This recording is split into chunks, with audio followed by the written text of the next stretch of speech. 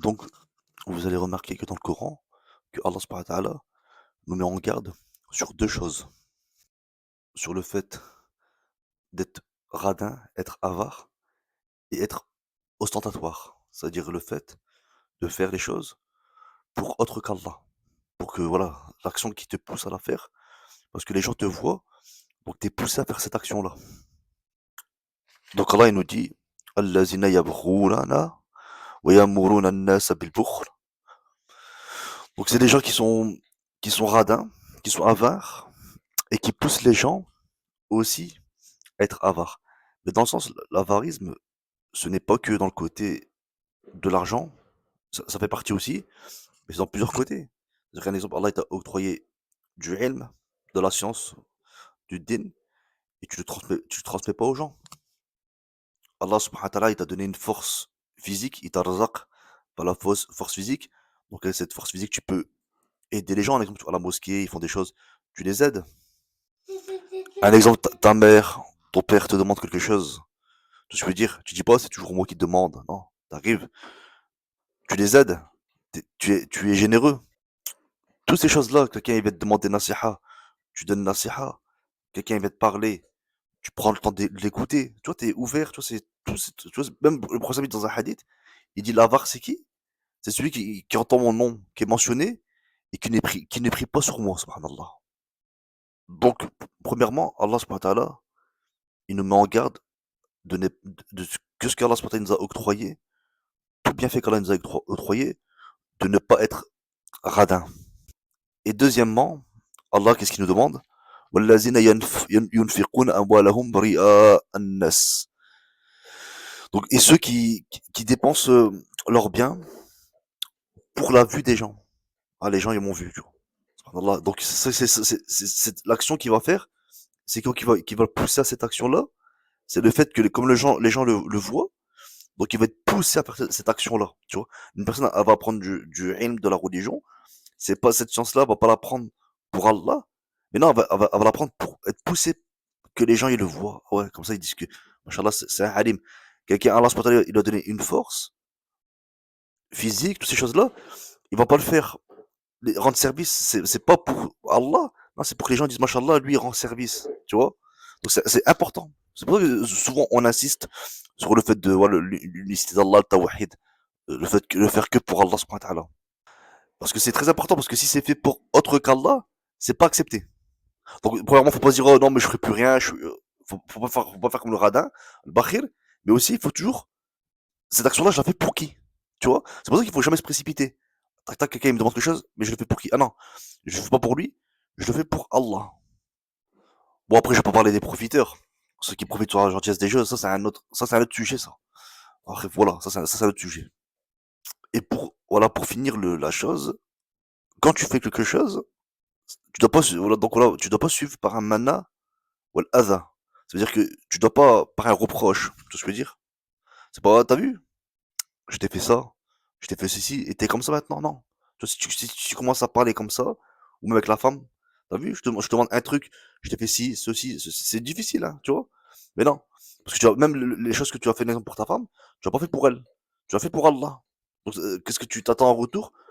T'attends qu'Allah SWT, il te rétribue. Même les enfants, ouais, je t'ai acheté ceci, je t'ai acheté cela, et tu me fais, non. Ces phrases-là, il faut pas les dire, tu vois. Très attention, voilà. Parce qu'on le fait pas pour les enfants. C'est pour ça que c'est Allah, Allah, Allah, Allah, Allah. Tout ce qu'on fait, on le fait que pour Allah. Que Allah soit satisfait de moi. Point à la ligne. Sinon, on se perd. Sinon, toutes nos actions, ils sont à perte, tu vois. C'est pour ça que le prophète me dit, le fait de donner une bouchée dans la bouche de ta femme, c'est une sadaqa. Le fait de donner aussi à manger à tes enfants, c'est une sadaqa. Mais c'est pas pour après leur dire, ouais, t'as vu, je vous donne à manger ceci, je vous ai fait ceci, je vous ai fait cela. T'as perdu tes sadaqa, subhanallah. C'est-à-dire que tu t'es fatigué, t'as fait des. C'est pour ça que toujours on dit Allah en premier, tu vois. C'est pour ça qu'il y a des gens qui comprennent pas. Ouais, mais voilà, mais lui, il va en enfer, comment ça se fait? Pourtant, lui, machallah, il est bon, il rend service aux gens, ceci, cela, nana. Ouais, mais est-ce qu'il l'a fait pour Allah? Est-ce qu'il l'a fait pour Allah? Déjà, Allah, il a créé pour lui. C'est pas pour les gens. Tout ce qu'il fait, c'est pour Allah. Même qu'Allah, Allah, il n'y a pas besoin de tout ça. Tu vois, halawat al-iman. Halawat al-iman, c'est le fait de goûter à la foi, tu vois. Mais ça, c'est Allah qui le donne par sa grâce. Tu vois, c'est comme un exemple, je sais pas moi. T'as jamais goûté du miel? Je dis, le miel c'est bon. Est-ce que t'as déjà goûté au miel? Non, jamais goûté. Et une fois que tu vas goûter, tu vas dire, ah ouais, c'est vrai, c'est bon. Donc Allah, subhanahu wa ta'ala, s'il te fait goûter à halawat al-iman, c'est un grand cadeau, tu vois. C'est pour ça, ouais, je comprends pas. Lui a des grandes épreuves, il supporte, comme des montagnes, il supporte. Comme on voit les sahaba, ils ont goûté à halawat al-iman. Donc halawat al-iman, c'est au-dessus de tout ça. Ça veut dire que voilà, des gens disent, ah, ils sont, je comprends pas, ils sont à la mosquée, ils restent à la maison, ils font pas de péché, pas de désobéissance, pas de passion, rien du tout. C'est-à-dire pas de passion dans le sens les mauvais penchants, le haram, la fornication, toutes ces choses-là, ils sont pas attirés par ça. Comment ça se fait?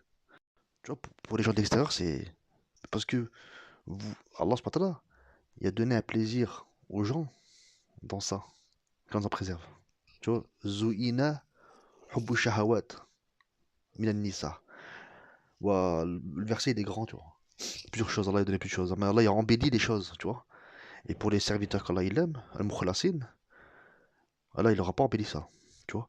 Mais il aura donné le goût dans ça, dans l'adoration, tu vois. Le fait de se réveiller au matin de bonne heure, ça te fajr, subhanallah. Aller à la mosquée, jama'a, subhanallah. Le fait de faire qiyam al-lil, se réveiller la nuit, prier devant Allah, subhanahu wa ta'ala. Le fait de lire le Coran, yusari'una fil khayrat, tu vois, ils s'empressent à faire les bonnes actions. Ils ont trouvé un plaisir dans ça, subhanallah, ajib. Et ça, c'est Allah qui le donne.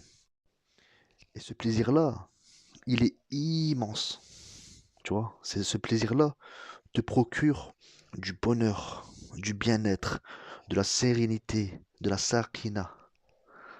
Walakin, les plaisirs à l'encontre de notre Seigneur Allah, subhanahu wa ta'ala, sur le coup, tu vas peut-être trouver quelque chose de bien, mais en vérité, c'est répugnant.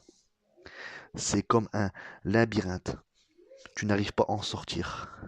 Et tu es pas bien en vérité. Tu crois que t'es pas bien.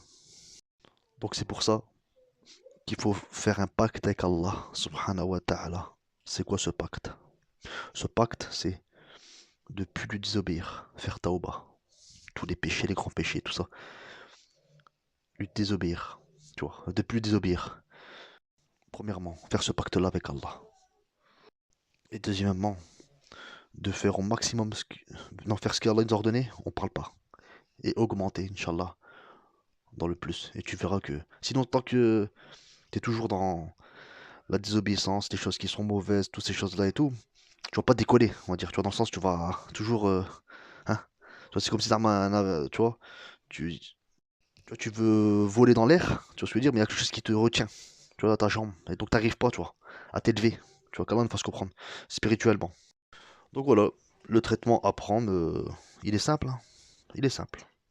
Faut juste le prendre. Ces médicaments-là à prendre, notre médecin, c'est qui? C'est Allah, c'est le prophète Mohammed sallallahu alayhi wa sallam. Si on prend ces médicaments-là, alhamdoulilah. Mais si on en fait qu'à notre tête, on croit que on a compris, on a raison ou ceci, cela, bah.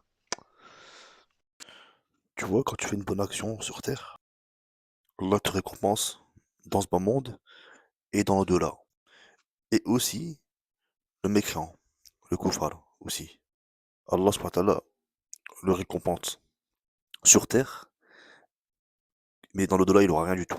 C'est-à-dire, la bonne action qu'il a fait, Allah il va le récompenser sur Terre, mais dans l'au-delà, il n'y aura rien du tout. Et je vais confirmer ça avec le hadith. Rawa Anas an anna Rasulullah sallallahu alayhi wa sallam. Donc Anas rapporte du prophète Mohammed sallallahu alayhi wa sallam. قال إن الله لا يظلم مؤمن حسنة يثاب عليها رزق في الدنيا. Donc Allah, il ne laisse pas le croyant.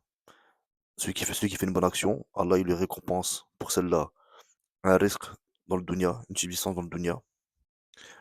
وَيُجْزَى بِهَا فِي الْآخِرَةِ. Et il le récompensera pour celle-là dans l'au-delà. Donc dans l'au-delà, c'est encore meilleur. وَأَمَا الْكَافِرُ فَيَطْعَمْ بِهَا فِي الدُّنْيَا. Donc il le récompense pour cette action-là dans ce bas monde.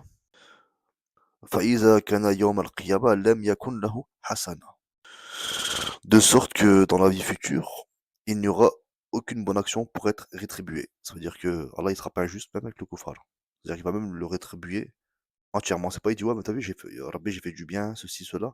Regarde, t'as fait du bien, mais Allah il va dire ouais, je t'ai donné ça. Peut-être qu'il y avait un malheur qui devait t'avoir, tu l'as pas eu.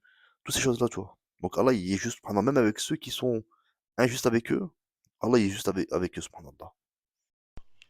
Peux-tu connaître les qualités du croyant? Donc Allah subhanahu wa ta'ala il nous a élevés, il nous a dit Kuntum khira ummatin ukhrijat lin-nas. Donc il dit vous êtes la meilleure communauté qu'on a fait surgir aux gens. Pourquoi? Pourquoi Allah il nous a élus meilleure communauté? Pour quelle raison? Bah Allah subhanahu wa ta'ala il nous a donné ces qualités. Premièrement, ta'muruna bil ma'ruf wa tanhauna 'anil munkar wa tu'minuna billah. Tu vois? Donc c'est-à-dire que tu ordonnes le bien et tu interdis le mal. Après Allah il dit quoi? Wa tu'minuna billah. Et vous croyez en Allah. C'est ce qui montre ta vraie croyance en Allah subhanahu wa ta'ala, c'est le fait de ordonner le bien et interdire le mal. Tu vois, quand tu vois une chose, il y a une chose bien, tu l'appelles au bien, et quand tu vois une chose qui est mauvaise, tu l'interdis. Ah, c'est pas ça, c'est haram, ça c'est pas bien. Arrête, taqillah, tu vois. Si tu fais pas ça, qu'Allah nous en préserve. Et juste après, tu descends juste un petit peu. Allah il dit quoi?